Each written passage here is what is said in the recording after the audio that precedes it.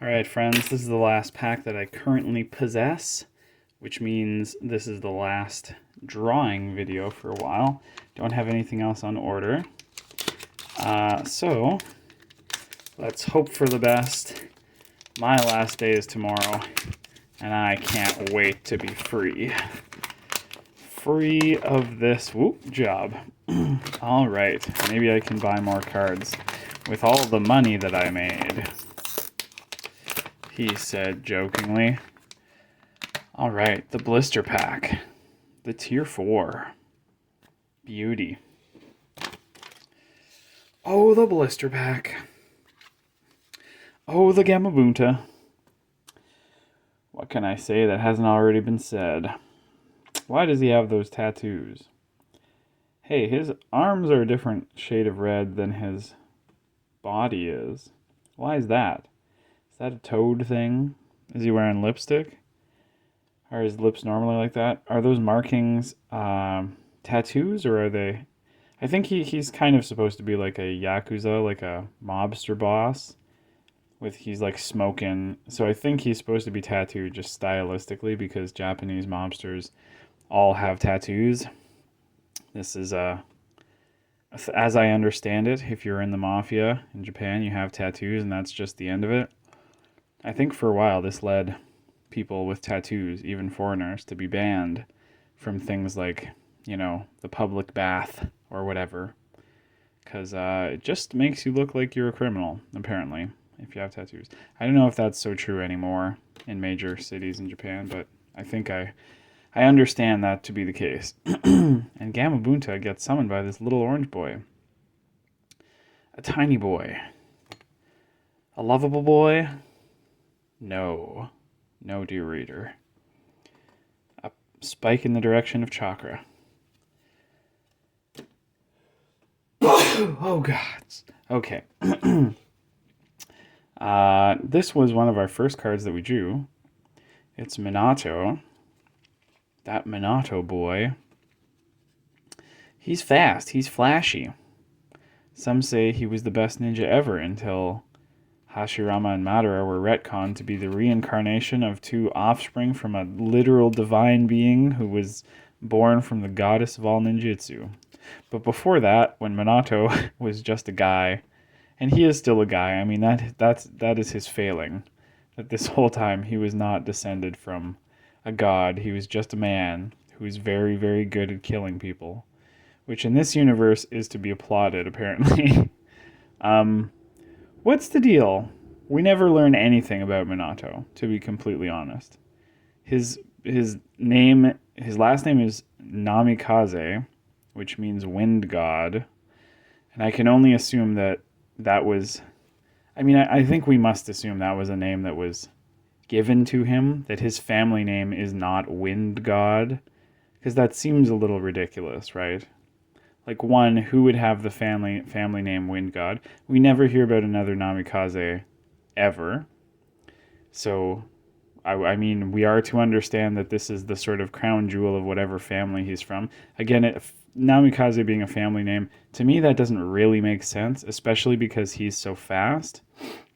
It seems to me the logical thing to think would be that he sort of earned this name, or this is like a title, or, if kind of like Rock Lee, if Minato is one of those ninjas who does not come from a clan or a family of any repute, then maybe he earned that last name, and that kind of became his defining last name. Like, he created a lineage by being the most famous ninja alive at the time when he was alive and fighting in the Third Great War. That is the only explanation that makes sense to me, because we don't hear of anyone else with that last name.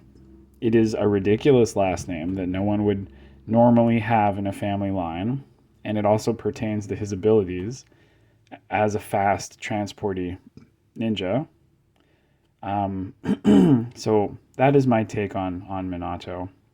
He did not come from a clan, or he came from like a regular family that's not a ninja clan, and he was just the ace of whatever non-ninja clan, it's not like a Hyuga or Inuzuka thing. It's like Sakura, right? Haruno is not a famous ninja clan in the Leaf. She just comes from a family of dudes, of people, and she became a famous ninja. So I think that's what happened with Minato, and he inherited his last name. I don't know if that's ever disproven, but that's what I'm doing. That's my theory. Oh gosh. One of the only Akatsuki that we're missing is Sasori over here, and we just got him. We just heckin' got him, baby. That's awesome. Oh my gosh. We've almost collected every Akatsuki. The only ones we don't have are Zetsu and Pain, and I guess Nagato. But we have Obito, Hidan, and Kakuzu. We've got a card of many cards of Itachi, a card of Kisame. We got lots of Deidara. And we got Konan. So the only guy we were missing, Sasori, was one of the guys we're missing. Here he is. He's wearing pants. You don't need a puppet. You don't need pants if you're a puppet. He's made out of wood. There's his heart, which he needs for some reason. That beating, gross, veiny heart.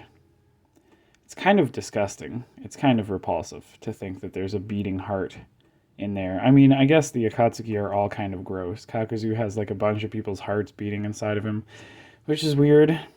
I really liked when Sasori was just a big, grumpy turtle man.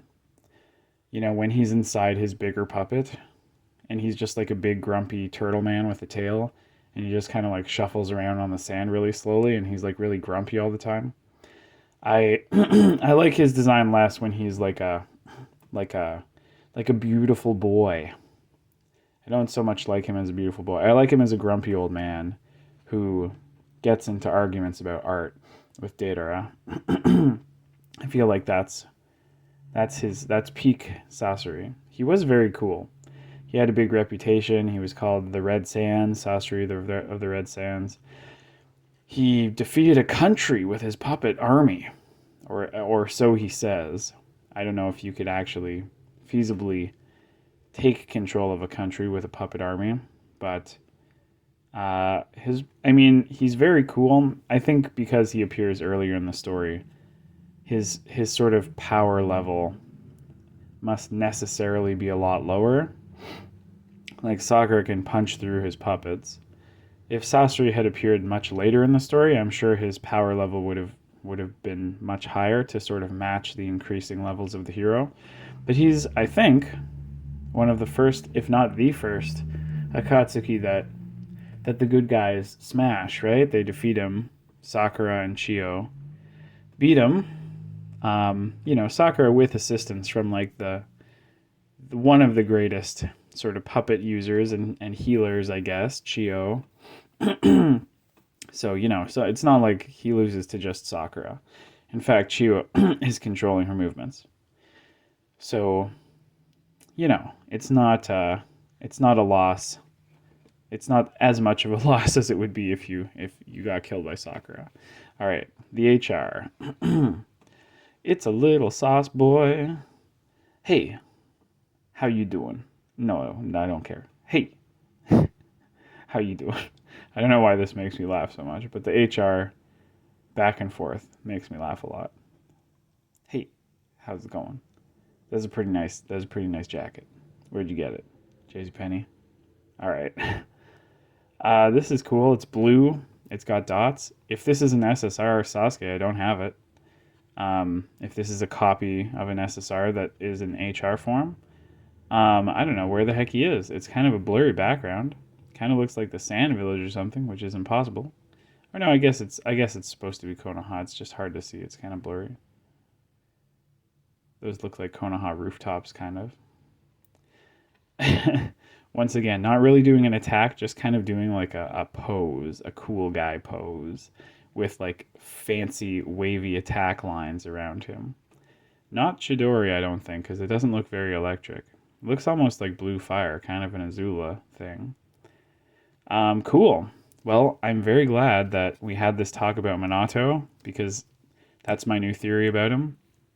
I'm very glad that we talked about tattoos in Japan, and most of all that I got Sasori of the Red Sands. Now we're only missing 2 Akatsuki members. Gonna have a full set. Pain I've never seen in any form, not even in a transparent rare, not even in that chibi art. Pain must be a rare card, because I have not seen a trace of him at any point within, I don't even know how many cards I have now. Probably several hundreds. Cool. Well, that was a good draw for the finale. Maybe card carnivals to come.